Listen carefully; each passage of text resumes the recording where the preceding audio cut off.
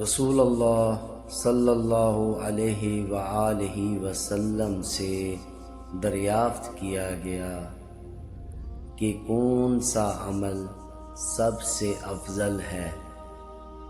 آپ صلی اللہ علیہ وآلہ وسلم نے فرمایا، اللہ اور اس کے رسول پر ایمان لانا۔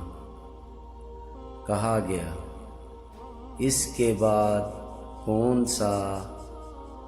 آپ صلی اللہ علیہ وآلہ وسلم نے فرمایا کہ اللہ کی راہ میں جہاد کرنا۔ کہا گیا، پھر کیا ہے؟